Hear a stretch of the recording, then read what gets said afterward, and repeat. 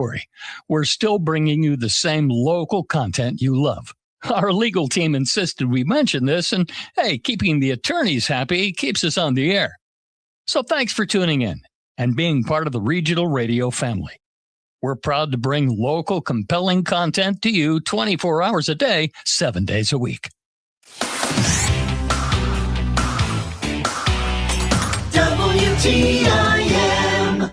And you're listening to the WTIM Morning Show on your information station. The show is sponsored by People's Bank and Trust, where they put people first. I'm your host, Reed Kamai, and Saturday is certainly a busy day in Taylorville with, among many things going on, the Back to School Health and Resource Fair that is happening from 11 to 2 at the Christian County YMCA. And here to talk about all of that and much more, someone who's done a lot of talking this morning, Jay Boulanger, Community Health Consultant at Taylorville Memorial Hospital. Jay, welcome back. Yeah, thanks for having me back in the studio. Yes. Yeah.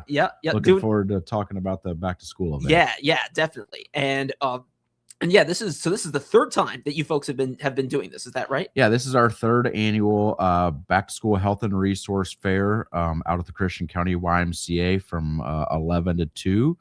We're just encouraging any community family member that wants to be able to come out with their kiddo. We're going to have a free community cookout starting at 11 a.m., sponsored by Dinner Seasoned with Love, Kona Ice. We're going to have some kids' activities, health and resource vendors. I think the last I looked this morning before I came, we're up to 27 vendors. So a lot of good information out there about some local resources that are offered. We're going to have a free produce giveaway. Thanks to Blue Cross Blue Shield. We're going to be offering free haircuts as well, provided by the students from Capital Area Career Center. And also in partnership with Blue Cross Blue Shield and the Lions Club, new this year, we're going to be offering free vision and hearing screenings as well. And then free school supplies provided by Operation Loaded Book Bag. So just a great day to be able to come out, get some school supplies, have lunch, let the kids play on some of the inflatables, and just get some resources, as we're gearing up for the new school year.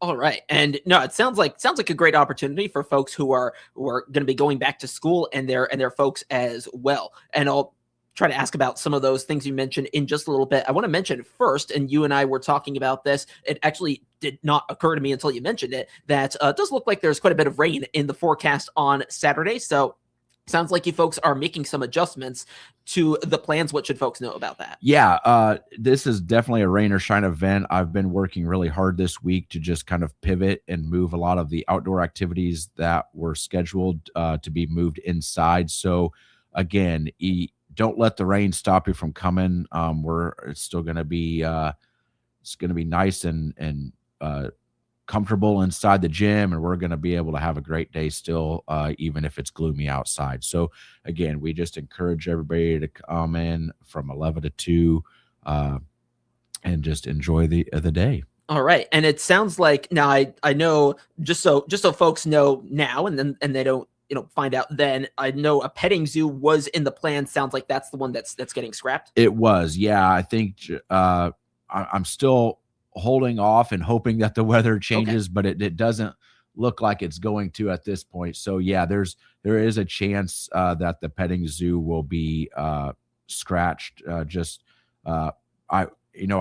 tried to convince Bruce at the Y to allow us to bring a petting zoo in the gym, and he just wasn't having it. So, so yeah, unfortunately, if the weather doesn't cooperate with us, we will have to cancel the petting zoo. But other than that, all of the other activities are on as planned. All right. Well, next time Bruce is on, I'll ask him about that. Yeah. No, it sounds like you folks are making the most of it. So yeah, we'll see about the petting zoo. But yeah, sounds like you have a plan there. You mentioned some vendors. You mentioned some local resources. All of that. Is it safe to say that like a lot of those others are kind of geared towards back to school folks, going back to school? Yeah. We've got like I said, a long list of vendors to be able to come out. Actually, just to kind of piggyback off of what April was talking about in the previous segment, one of our vendors is actually Ameren. They're going to come and talk about just some ways to be more energy efficient and things like that. We're going to have the University of Illinois Extension Office is going to be there as well, providing some information. Obviously, Taylorville Memorial Hospital, Springfield Clinic, HSHS.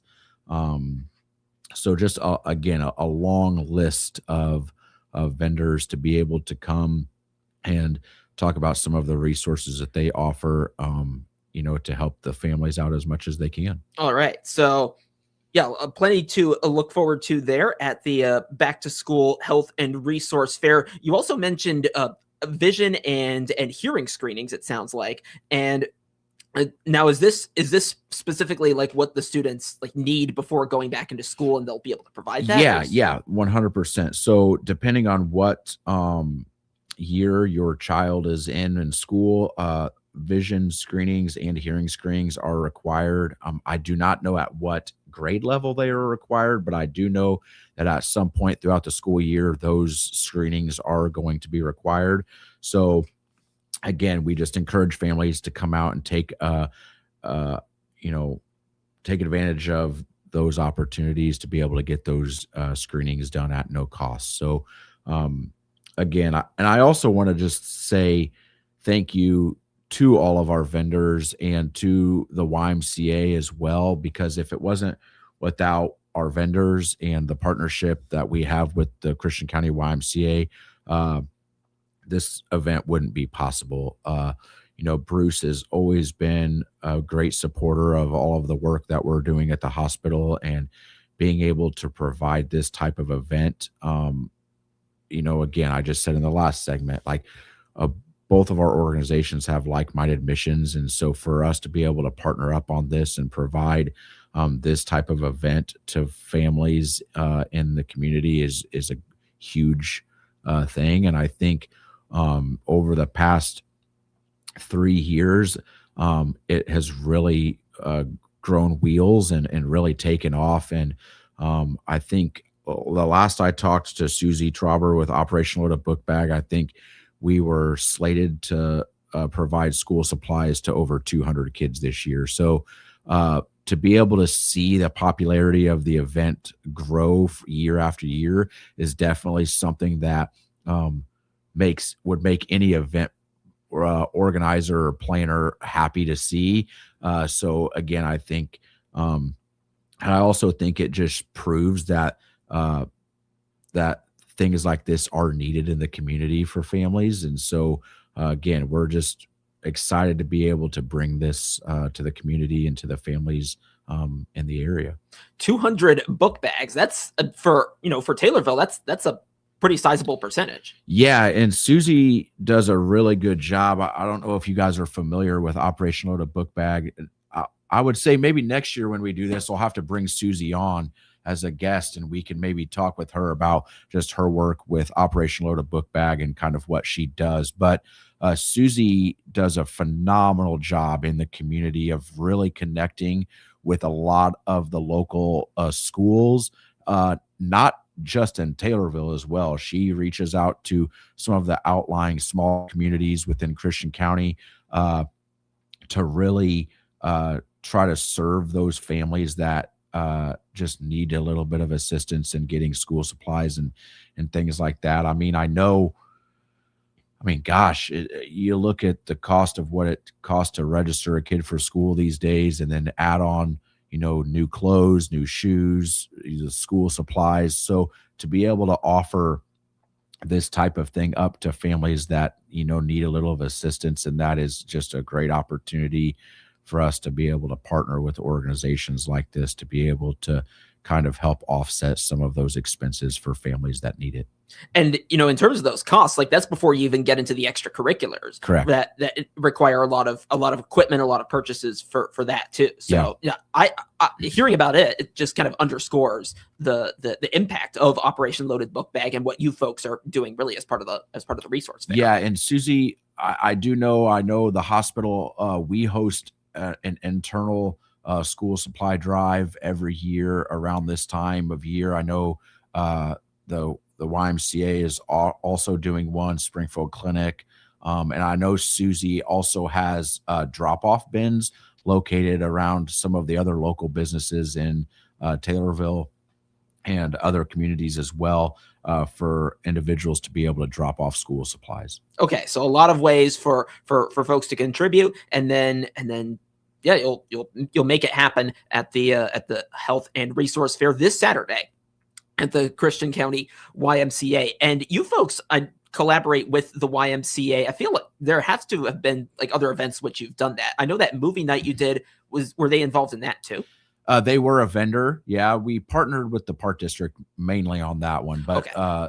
But the Y did come out and offer some activities for the kids to play and interact. Obviously, we partner with them for all of our walking challenges that we do, and then I'll be back on in October to talk about our Senior Day Out event, which is very similar to the Back to School Health and Resource Fair, but catered more for active older adults to be able to come out and get some necessary screenings and have lunch and get some information about just how to, better serve their health. And so again, I think it's just a testament to a great partnership with them. I always joke with Bruce because I feel like every time I come to him with an idea, he never tells me no, which is that's just the sign of a great relationship. I think he sees the work that we're doing in the community, and obviously we see the great things that they are doing in the community as well.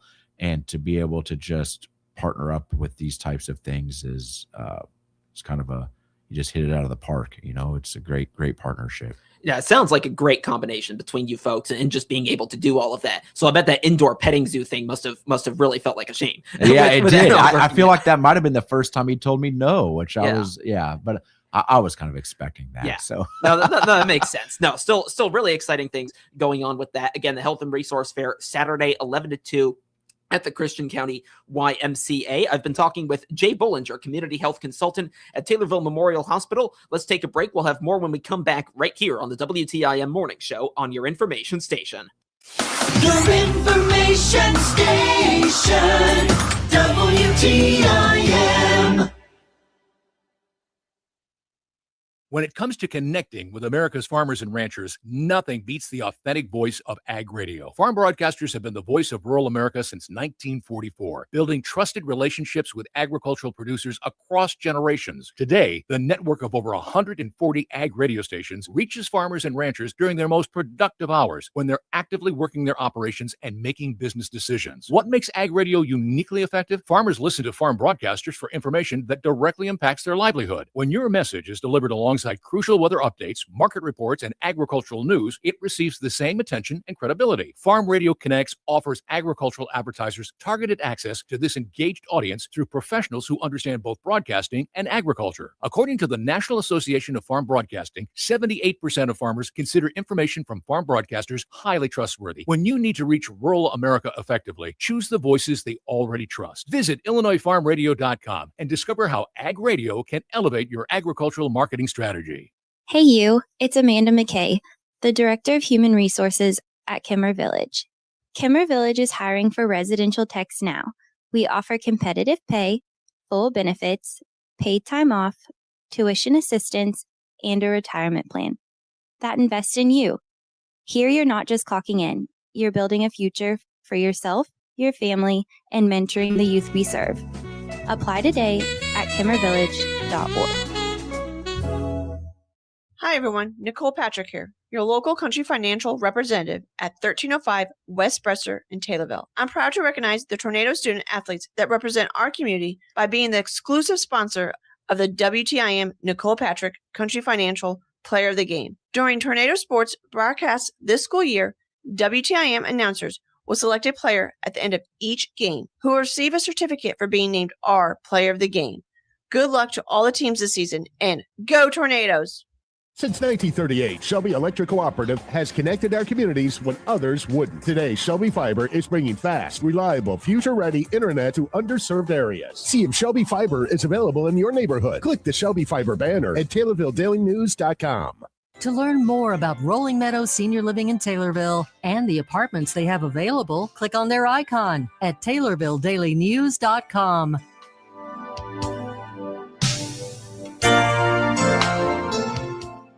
Living with pain? I'm Dr. Chris Drace with Softwave Therapy in Taylorville. Learn how our advanced softwave therapy treatment can heal injuries and eliminate pain. Click our rotating banner now at TaylorvilleDailyNews.com. This is Shawless Nagel, Executive Director at Kimmer Village in Assumption. To learn more about our services, click on our icon at TaylorvilleDailyNews.com.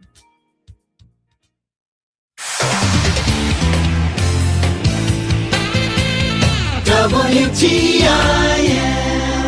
We're back on the WTIM Morning Show on your information station. The show is sponsored by People's Bank and Trust, where they put people first. I'm your host, Reed Kamai, and I'm here with Jay Boulanger, Community Health Consultant at the Taylorville Memorial Hospital. We've been talking about the Back to School Health and Resource Fair. It's happening this Saturday from 11 to 2 at the Christian County YMCA. Now, for folks who are interested in going to this, having perhaps heard of the earlier half of this interview, it sounds like there's a bit of a different arrangement in terms of the parking lot, in terms of where the cars go. So, Jay, what should folks know about that? Yeah, so we're going to turn the exit road of the YMCA into a 2-lane road. So the back part of the road that leads around to the front will actually be blocked off with barricades. So you will enter and exit the building on just the side of the building there, just to alleviate any issues with cars traveling back behind the building. We want to make sure everybody's staying safe. So yeah, you'll enter and exit down that one, or the 2-lane road that we create there. You'll still park in the front of the building and then walk up the steps into the building. But yeah, it's going to look a little bit of a different configuration than what it does normally. Okay, so that's something for folks to know about. Again, happening this Saturday at the Christian County YMCA. I want to shift gears a little bit because something you have talked about a lot on the show is the community health needs assessment. Sounds like we're gearing up for the next edition of that. Where are we at with that? Yeah, so we are in the very early stages of collecting data for our next 3-year cycle for the community health needs assessment.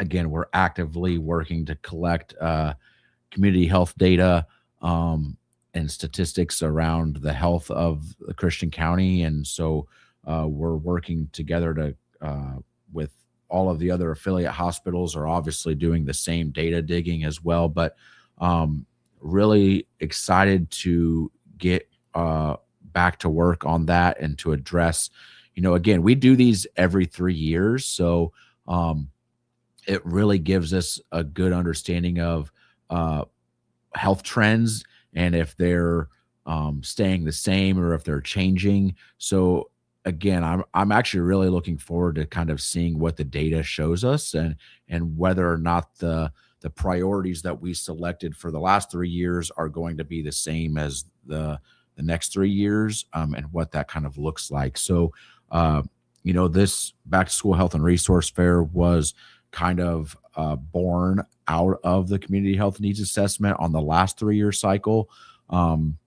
So again, it's very important data that we use to be able to come up with action items, to be able to put events on like this. Okay, and actually, you mentioned something that I was just about to ask about, which is how the back to school fair kind of plays into the community health needs assessment, or vice versa. So, we're into the final minute. So, kind of, what's the timeline for this next edition of the assessment?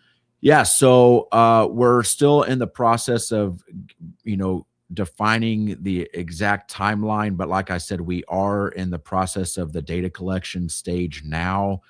So I would just encourage the community members to stay ready for it. We are going to be launching a community survey as well as part of the community health needs assessment.